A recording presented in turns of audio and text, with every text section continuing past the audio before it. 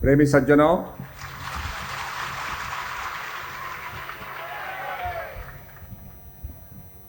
आज आपको ये जो हम गुरु पूजा का पर्व मनाते हैं, इसी के काल में दर्शनों का और सत्संग का लाभ आपको प्राप्त हो रहा है। विशेषकर गुरु पूजा का जो पर्व है, ये पर्व हमें बताता है कि गुरु का क्या महत्व है। और कबीरदास तो कहते हैं कि गुरु गोविंद दोऊ खड़े काके लागू पाए, बलहारी गुरु आपने जिन गोविंदो दियो बताए। कि गुरु भी खड़े हैं और भगवान भी खड़े हैं, गोविंद भी खड़े हैं, पर वो पहला प्रणाम गुरु को करते हैं, क्योंकि कबीरदास जी कहते हैं जिन गोविंदो दियो मिलाए, जिन्होंने गोविंद जी के साथ, भगवान के साथ हमारा संपर्क कर दिया। तो ये बहुत जरूरी है कि गुरु के महत्व को हम समझें।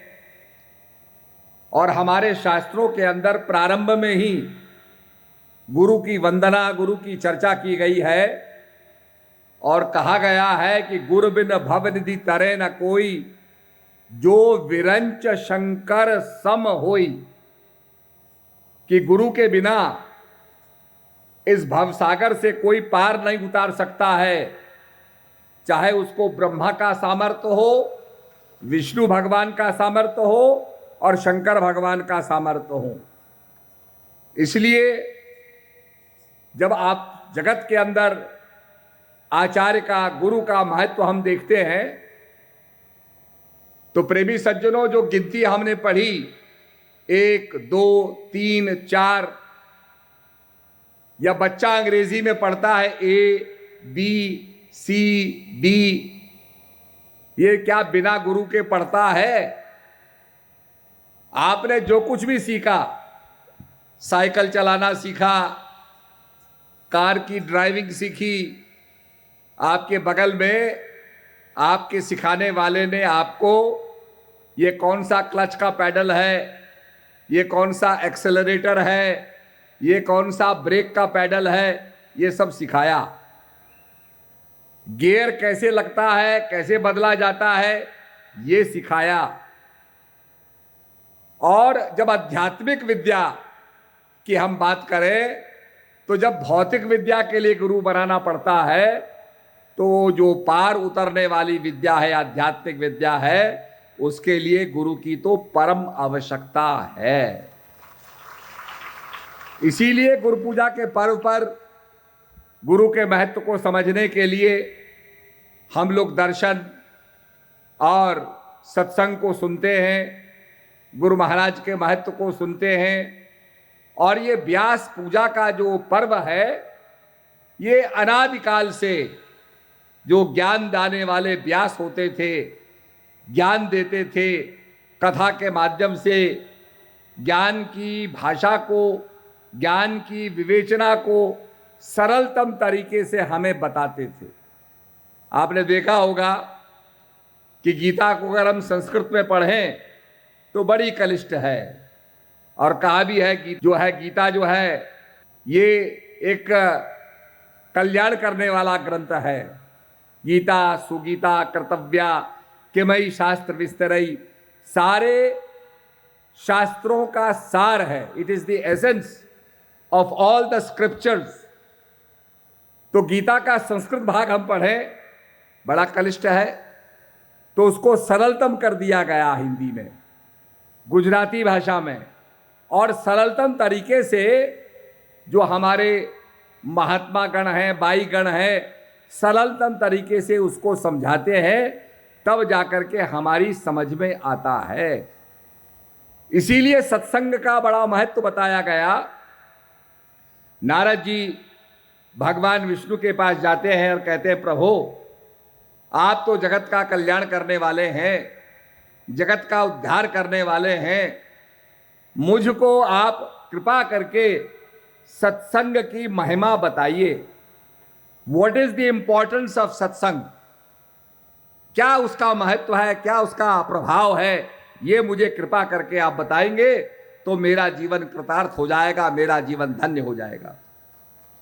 तो भगवान विष्णु कहते हैं, नारद जी आप इतने ज्ञानी हैं, ये बात आपने मुझसे पूछी, पर ये सामने पेड़ है, पेड़ पर एक पत्ता है, उस पत्ते पर एक कीड़ा रेंग रहा है।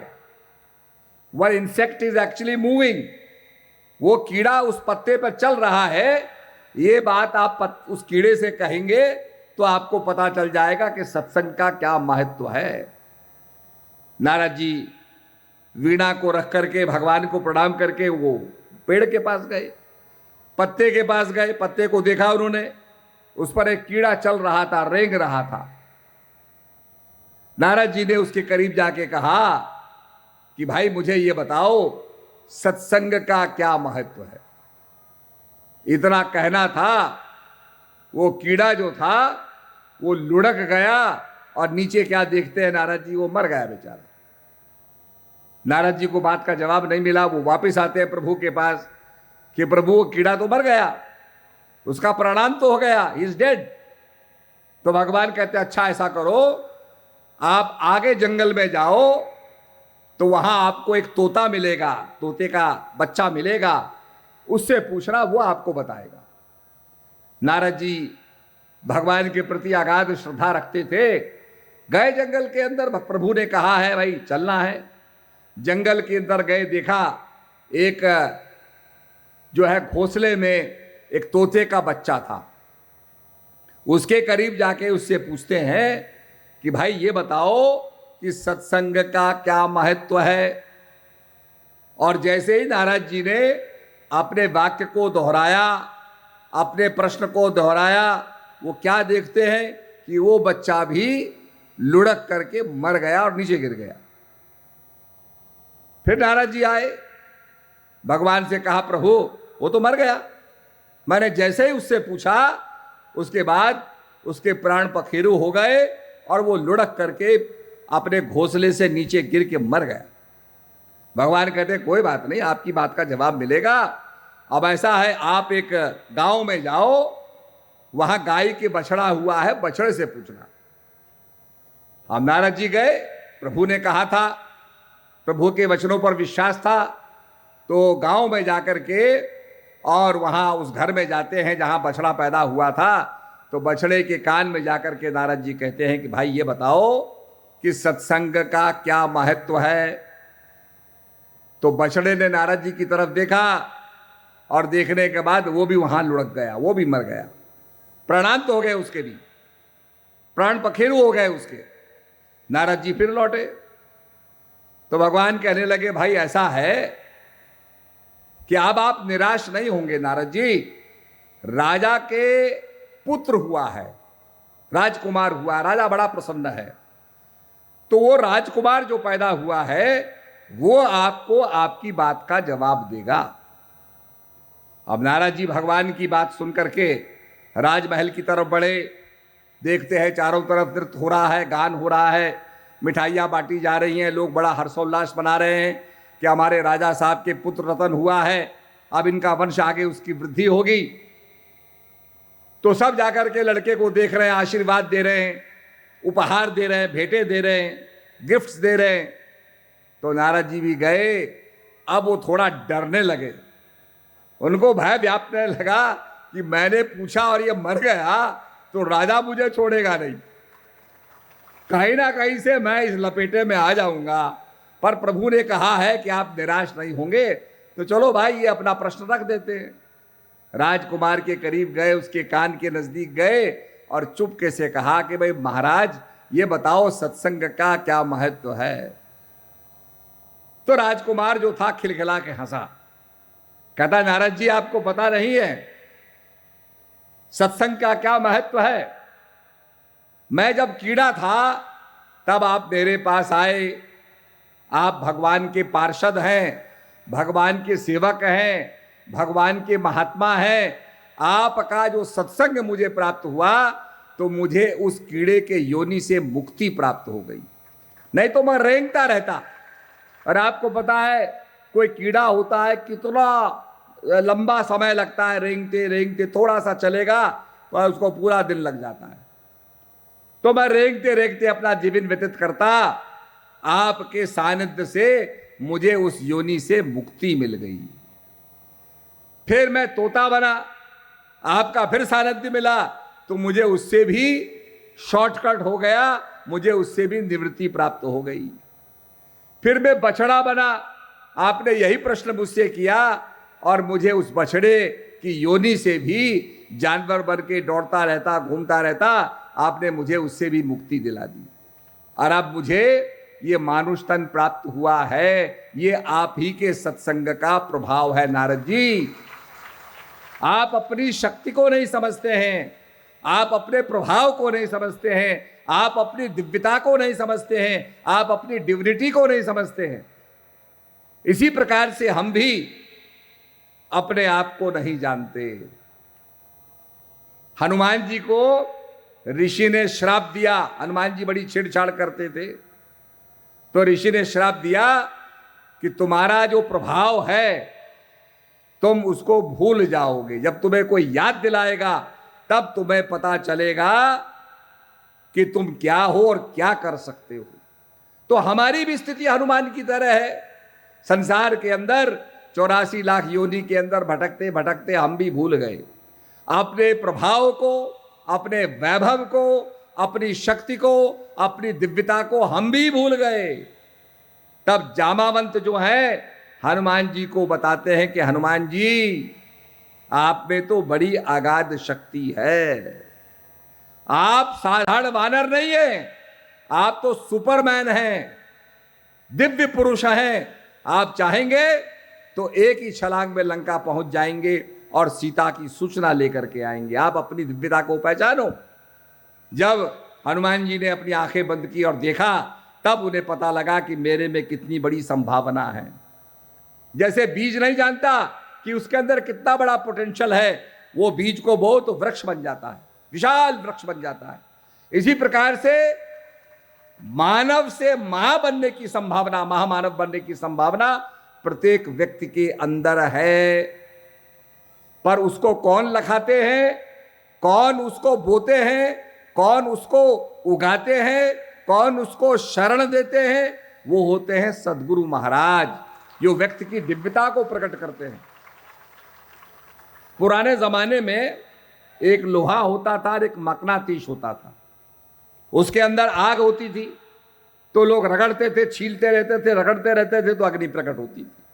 इसी प्रकार से हमारे संतों ने कहा है, मन मथुरा दिल द्वारिका, काया काशी जान, दसवा द्वारा देहरा, तामे ज्योति पहचान।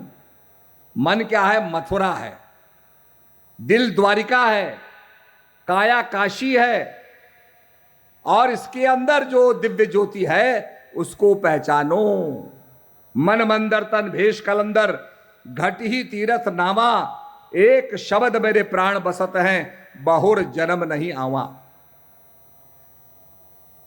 तो ये हमारे संतों ने बताया। आप देखेंगे 2027 के अंदर अर्धकुंभी हरिद्वार में हो रही है। 6 साल के बाद अर्धकुंभी होती है और 12 साल के बाद कुंभ होता है। तो इस समय कुंभ जो है आपके नासिक में मनाई जा रही है, नासिक में, महाराष्ट्र के अंदर। तो 12-12 साल में जहां अमृत की 4 बूंदें गिरी थी, देवता और दानवों में झगड़ा हुआ, अमृत के कलश में झीना झपटी हुई, तो उस कलश से 4 बूंदें गिरी धरती के ऊपर। आप जिनको ज्ञान हो गया उन्हें तो पता है कि भाई वो 4 बूंदें अमृत की क्या हैं, वो 4 क्रिया हैं जो गुरु महाराज ने हमें दी है, हमें बख्शी हैं। यही 4 अमृत की बूंदें हैं। 4 वेद भी इन्हीं का बखान करते हैं। सबसे पुरानी पुस्तकें क्या है? 4 वेद। विद धातु से वेद बना है और उसका मतलब होता है ज्ञान। तो मानव के अंदर जब प्रभु का प्रकटीकरण हुआ, मैनिफेस्टेशन हुआ, तो वो ज्ञान था। इसीलिए उसको अध्यात्म भी कहा जाता है स्पिरिचुअलिटी भी कहा जाता है। तो वो 4 बूंदें गिरी तो 4 जगत में 12-12 साल के बाद 4 स्थानों पर मनाया जाता है। तो अब की बार 6 साल के बाद तो अर्धकुंभी हरिद्वार में और कुंभ मनाया जा रहा है नासिक में, महाराष्ट्र के अंदर। तो वहां भी हमारा कैंप लगेगा, जाने का मौका लोगों को मिलेगा। तो कुंभ का महत्व क्या है? कुंभ माने घड़ा, और घड़े के अंदर जैसे जल को संग्रहण करने की शक्ति होती है, कंटेन करने की शक्ति होती है, ऐसे ही वो अमृत जो है जिसके लिए राक्षस और देवता लड़ते रहे, वो अमृत की प्राप्ति करनी है। दोनों ही अमृत की प्राप्ति के लिए संघर्ष करते रहे। समुद्र का मंथन हुआ, उसमें से हलाहल विष भी निकला, अमृत भी निकला, और जब अमृत निकला तो देवता दानवर लड़ने लगे। ये कथा आपने सुनी होगी।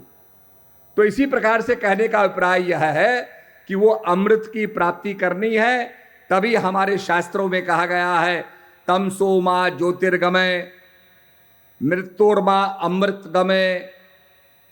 हे प्रभु, हमें मृत्यु से अमृत की ओर ले जाओ, अंधकार से प्रकाश की ओर ले जाओ। तमसो मा ज्योतिर्गमय, हमें अंधकार से प्रकाश की ओर ले जाओ।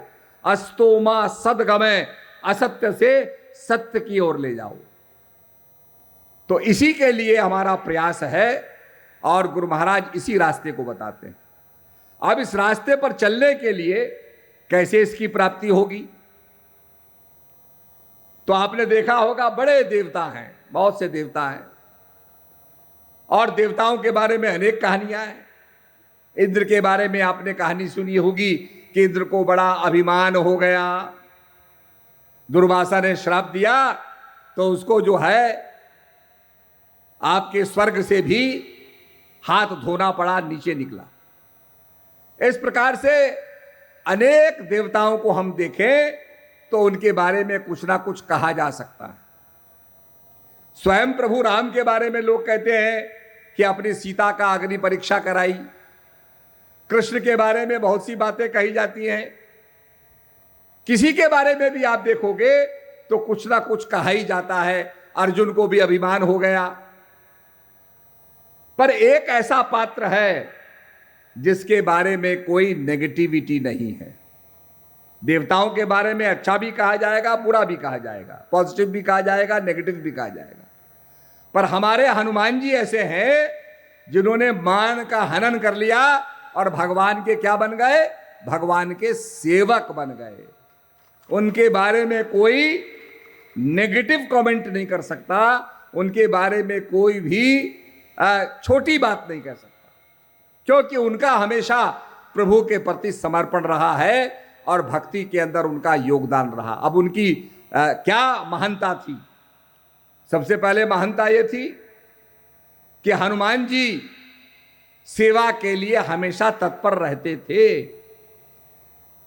जब लक्ष्मण को बाण लगा और प्रभु बड़े व्याकुल हो गए कि देखो संसार मुझे क्या कहेगा कि ये बगल वेश की पत्नी लेकर के चले थे, साधु बन करके चले थे, पत्नी का अपहरण हो गया और भाई को बाण लग गया, भाई की भी मृत्यु हो गई। बड़े दुखी थे। तो ये हुआ कि भाई अब कैसे इसका समाधान किया जाए, लक्ष्मण जी की जान कैसे बचेगी?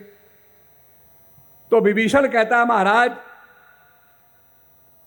एक वैद्य है लंका में, अगर कोई उस वैद्य को ला सके तो वो वैद्य लक्ष्मण जी की चिकित्सा कर सकता है। तो हनुमान जी से कहा गया।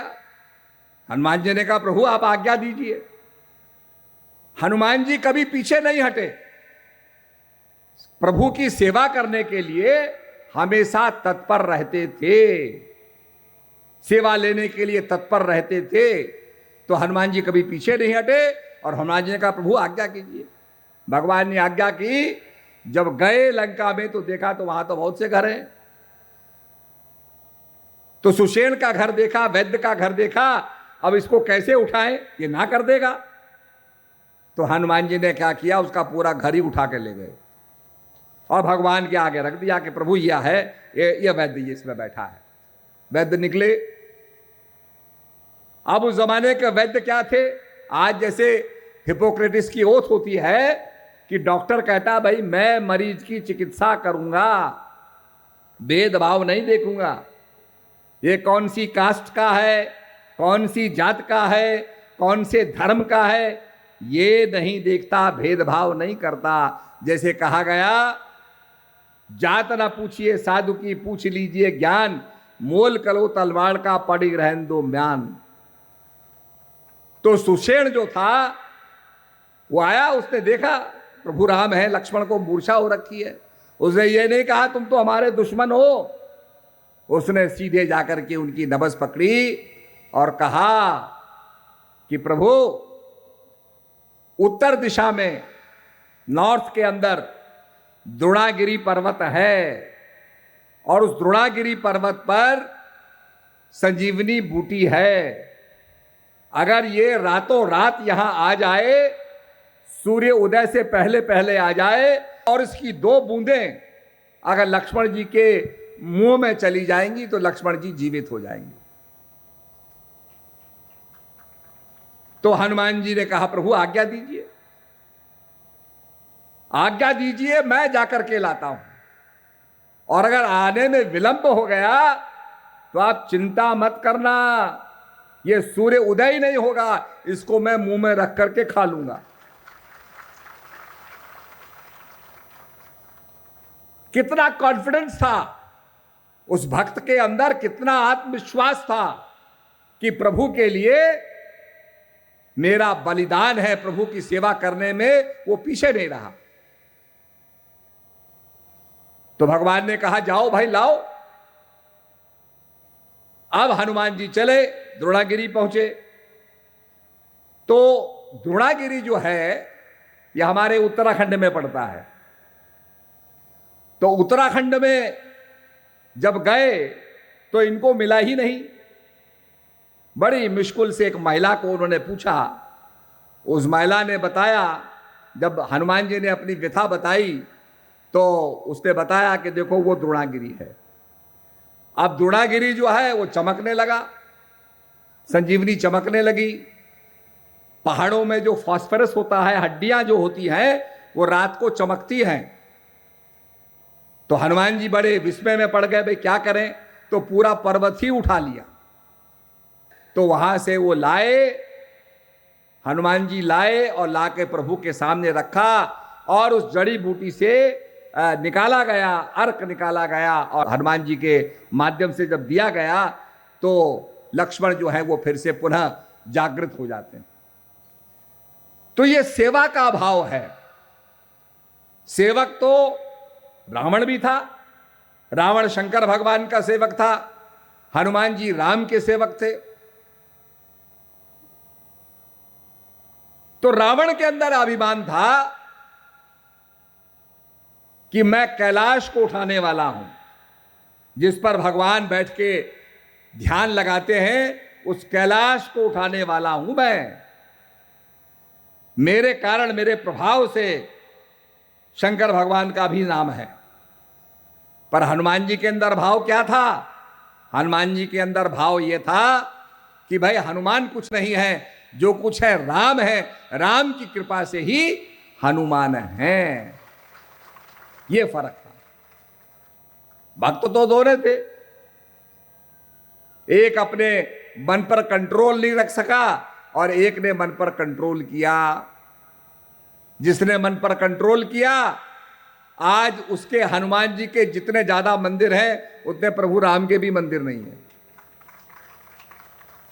तो मेरा कहने का अभिप्राय यह है कि हमें जीवन में हनुमान जी का अनुकरण करना चाहिए। सेवा के लिए सबसे पहले हमें समर्पित होना चाहिए और छोटा मोटा काम ना करें, जो काम करें बड़ा करें। देखो आपने यहां पर ये जमीन ली, पहले वहां छोड़ा, जो हमारा आश्रम था पुराना शाही बाग में, छोटा था, बड़ी दिक्कत होती थी। फिर यह हुआ कि साहब यहां बड़ी दिक्कत हो रही है तो यहां जमीन ली जाए, तो जमीन ली तो सब यहां आप देखो सब बैठे हुए सत्संग सुन रहे हैं। और ये भी छोटा पड़ जाएगा एक दिन। तो काम करें तो बड़ा करें। मैं जब रेल राज्य मंत्री बना तो हमने पहाड़ की तरफ देखा, हमने कहा यहां हम रेल लाएंगे। लोगों ने कहा जी रेल यहां आदमी नहीं चढ़ पाता, अब रेल चढ़ाएंगे। पहाड़ तो ऐसा है ना कि एक कदम आगे रखो 2 कदम पीछे होता है, आदमी फिसलता है नीचे। तो हमने संकल्प लिया, बड़ी बाधाएं उसमें आई। अगर कभी मौका मिलेगा तो मैं आपको बताऊंगा कितनी बाधाएं उसमें आई, पर वो बाधाओं के लिए बड़ा काम करना। और आज ऋषिकेश से कर्णप्रयाग रेलवे लाइन बन रही है, जगह जगह उसकी टनल बन रही है, सुरंगें बन रही हैं, और वो एक अद्भुत संचार व्यवस्था बनेगी। और ये यही नहीं बल्कि कर्णप्रयाग से और ये सीधे कन्याकुमारी तक जाएगी। बताइए, भारत के एक किनारे से लेकर के दूसरे किनारे तक। जैसे आपके सोमनाथ मंदिर है ना, सोमनाथ के कोने पे खड़े हो जाओ, एक कोना है वहां लिखा हुआ है यहां से दक्षिण पोल तक, दक्षिण ध्रुव तक कोई लैंड मास नहीं है, कोई जमीन नहीं है, सीधे जा सकते हैं। तो इसी प्रकार से जो बड़ा काम किया उसका आज पूरे देश और दुनिया को फायदा होगा, धार्मिक यात्रियों को फायदा होगा, लोग सनातन की तरफ प्रवृत्त होंगे और धर्म की जय होगी, अधर्म का नाश होगा। भगवान कब कैसे आते हैं? अभी हमारे आश्रम में, प्रेमनगर आश्रम में मुरारी बापू की कथा हो रही थी, तो हमको कहा भाई आप भी आइए, हम भी आ गए। तो मुरारी बापू कहने लगे आपसे आग्रह है थोड़ा आप भी सुना दीजिए। मैंने कहा ठीक है, तो हम भी मंच पे आ गए। तो मैंने कहा अभी मुरारी बापू जी ने सुनाया कि प्रभु कैसे आते हैं, प्रभु का जन्म कैसे होता है। तो मैंने कहा तुलसीदास जी महाराज कहते हैं जब जब होए धर्म की हानि, बाढ़हि असुर अधम अभिमानी, तब तब प्रभुधर मनुज शरीरा, हारे कृपा निधि सज्जन पीरा। अब वहां पर मैं, हॉल पूरा भरा हुआ था और ज्यादातर उसमें एनआरआईज थे, गुजरात के लोग थे, पर वो रहते ना थे, विदेश में रहने वाले थे। तो मैंने कहा भाई कहा जाता है जब जब होए धर्म की हानि, जब जब धर्म की हानि होती है। जैसे मैंने कहा कभी कभी बड़ी गर्मी हो जाती है, हुमस हो जाती है, ह्यूमिडिटी हो जाती है, बहुत गर्मी होती है और गर्म हवा हल्की होकर के ऊपर उड़ती है। साइंस कहती है warm air becomes light and travels upwards, और पीछे एक वैक्यूम क्रिएट होता है, एक खालीपन क्रिएट होता है और ठंडी हवा उसको भरने आती है, बादल आते हैं और वर्षा हो जाती है। यह प्रकृति का सिस्टम है अपने आप को रेगुलेट करने का। जैसे आपको गर्मी लगती है, आप हवा करने लगते हैं तो उससे आप ठंडे हो जाते हैं। या बहुत से लोग जिन्हें पसीना आता है तो पगड़ी पहनते पसीना आता है, इवेपोरेशन होता है और सर ठंडा हो जाता है। तो मैंने कहा तुलसीदास जी कहते हैं जब जब होए धर्म की हानि, जब जब धर्म की हानि होती है, when the righteousness is on the decline, और क्या होता है, बाढ़हि असुर अधम अभिमानी। आजकल तो लोग कहते हैं ना जी बड़े बड़े स्कूल खुल गए हैं, सबको आदमी बनने की ट्रेनिंग मिल गई है, हम तो सिविलाइज्ड हो गए हैं, ये तो जानवर आपस में लड़ते, आदमी थोड़ी लड़ता है, आदमी थोड़ी मारता है। क्या हो रहा है दुनिया के अंदर? बाढ़हि असुर अधम अभिमानी। सारे जगत के अंदर, मॉडर्न वर्ल्ड के अंदर असुर बढ़ते जा रहे हैं। बाढ़हि असुर अधम अभिमानी। और ये क्या करते हैं? जैसे रावण कहता था जाओ ऋषियों के पास जाके कर लाओ। अब ऋषियों के पास कुछ होता ही नहीं था, जो खुद ही दान लेके अपनी आजीविका चला रहे हो, वो कहां से पैसा देंगे भाई? कोई मुद्रा ही नहीं होती थी। तो उनका खून लिया जाता था, जैसे आजकल ब्लड बैंक में अपना खून बेचते हैं। तो क्या कर रहे हैं? बाढ़हि असुर अधम अभिमानी। क्या कर रहे हैं? टैरिफ लगाओ और लगाओ टैरिफ, 20%, 80%। चाइना ने कहा जितना तुम लगाओगे उतना हम तुम पे भी लगाएंगे। ये आने वाली लड़ाई जो है, वैसे तो आइंस्टाइन ने कहा था कि आने वाली लड़ाई जल के लिए होगी, पानी के लिए होगी। पर उससे भी महत्वपूर्ण है कि आने वाली लड़ाई रेयर अर्थ के लिए हो रही है। रेयर अर्थ क्या होती है, मैं थोड़ा समझाऊंगा आपको। कई टन खनिज पदार्थ के अंदर से थोड़ा सा ग्राम रेयर अर्थ निकलता है। ये रेयर अर्थ क्या होती है, जैसे आपकी मिसाइल है, मिसाइल के ऊपर आप टंगस्टन लगा देते हैं तो वो जलती नहीं है, मुड़ती नहीं है, जहां उसका निशाना होगा वहीं जाकर के अचूक लगेगी। ये आपका मोबाइल फोन है, इस मोबाइल फोन के अंदर भी रेयर अर्थ है। कितना छोटा मैग्नेट है, उस मैग्नेट की पावर को बढ़ाने के लिए, ताकि आपके अंदर आवाज आ सके, रेयर अर्थ डाली हुई है। तो कहने का मतलब है कि आजकल जो कंप्यूटर्स हैं, लैपटॉप हैं, सुपर कंप्यूटर्स हैं, मिसाइल्स हैं और रेडार्स हैं, इन सब के अंदर रेयर अर्थ का उपयोग होता है। और पीरियोडिक चार्ज के अंदर ये अलग अलग किस्म की रेयर अर्थ होती है, बड़ी दुर्लभ होती है। हजारों टन के अंदर कुछ ग्राम जाकर के रेयर अर्थ निकलेगा। तो जो गाड़ियों के अंदर नेविगेशन सिस्टम लग गया है, कंप्यूटर लग गए हैं, ये बिना रेयर अर्थ के नहीं चलेंगे। तो ये संकट पैदा हो गया। तो ये सब चीजें मिला करके आज दुनिया की स्थिति बिगड़ गई है। तभी तो कहा संवत 2000 के ऊपर ऐसा योग पड़े, पूर्व पश्चिम उत्तर दक्षिण 14 काल पड़े, काल बलि से वही बचेगा जो हंस का ध्यान धरे, रेमन धीरज क्यों ना धरे। जो आत्मा का ध्यान धरेगा, आत्मा का सुमरण करेगा, अध्यात्म का सुमरण करेगा, गुरु महाराज की आज्ञा में चल करके, और जो सेवा के लिए तत्पर होगा आगे, वही इस कलिकाल के प्रभाव से बचेगा। तो इसलिए प्रेमी सज्जनों, ये बहुत आवश्यक है हमारे लिए कि हम अपने जीवन के अंदर समझे बातों को। और कहा, जब जब होए धर्म की हानि, बाढ़हि असुर अधम अभिमानी, तब तब प्रभुधर मनुष्य शरीरा।